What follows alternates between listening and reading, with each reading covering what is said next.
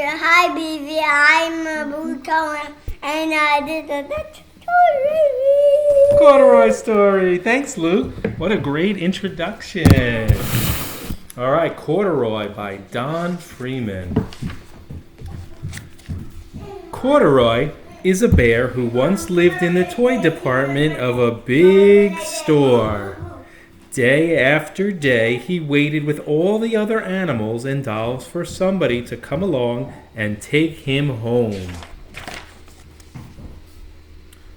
The store was always filled with shoppers buying all sorts of things, but no one ever seemed to want a small bear in green overalls.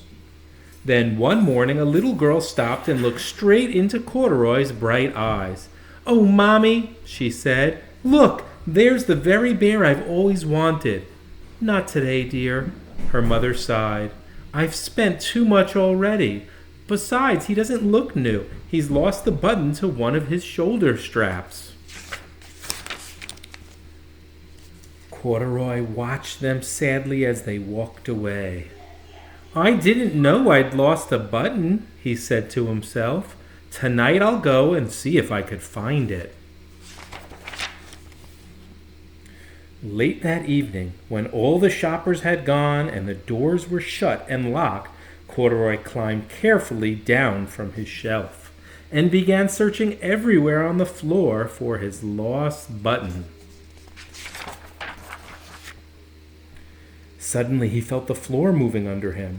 Quite by accident, he had stepped onto an escalator, and up he went. Could this be a mountain? He wondered. I think I've always wanted to climb a mountain. He stepped off the escalator as it reached the next floor, and there before his eyes was a most amazing sight. Tables and chairs and lamps and sofas and rows of beds. This must be a palace, Corduroy gasped. I guess I've always wanted to live in a palace. He wandered around admiring the furniture. This must be a bed, he said. I've always wanted to sleep in a bed. And up he crawled onto a large, thick mattress. All at once he saw something small and round. Why, here's my button, he cried, and he tried to pick it up.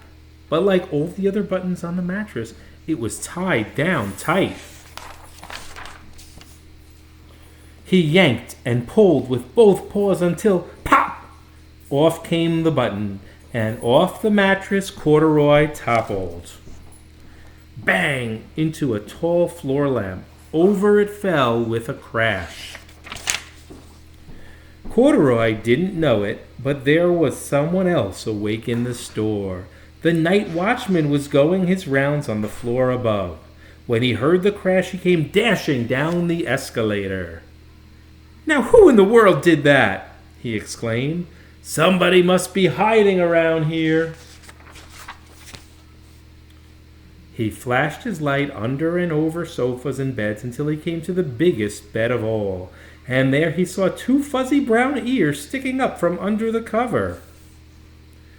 Hello, he said. How did you get upstairs?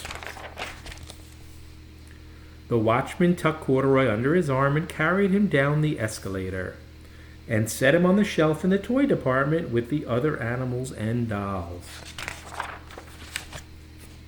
Corduroy was just waking up when the first customers came into the store in the morning, and there, looking at him with a wide, warm smile, was the same little girl he'd seen only the day before. I'm Lisa, she said, and you're going to be my very own bear. Last night I counted what I've saved in my piggy bank, and my mother said I could bring you home. Shall I put him in a box for you? The saleslady asked. Oh, no, thank you, Lisa answered, and she carried Corduroy home in her arms. She ran all the way up 4 flights of stairs into her family's apartment and straight to her own room. Corduroy blinked. There was a chair and a chest of drawers, and alongside a girl-sized bed stood a little bed just the right size for him.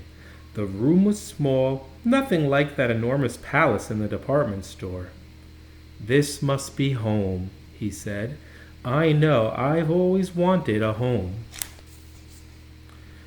Lisa sat down with Corduroy on her lap and began to sew a button on his overalls. "I like you the way you are," she said, "but you'll be more comfortable with your shoulder strap fastened." "You must be a friend," said Corduroy. "I've always wanted a friend." "Me too," said Lisa, and gave him a big hug. Well, I hope you enjoyed the story of Corduroy. Thank you very much, and I'll see you next time. Take care.